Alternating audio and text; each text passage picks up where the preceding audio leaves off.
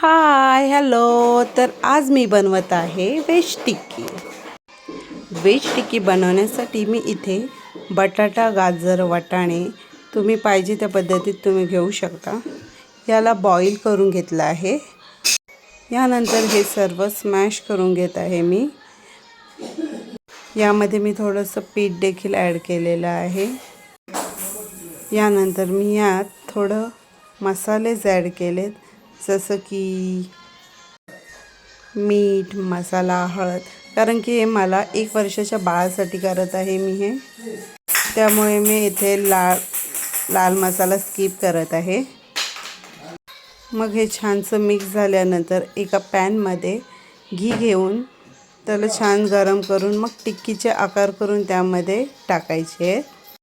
छान फ्राय करून घ्यायचं आहे. ही व्हेज टिक्की सर्व लहान बाळांना आवडेल एवढं नक्की. मस्तपैकी फ्राय झाली आहे. आता मी याला सर्व करणार आहे. सो माझ्या बाळाला ही टिक्की खूप जास्त आवडली. तुम्ही देखील ट्राय करा. भेटूया नेक्स्ट व्हिडिओमध्ये. Bye bye.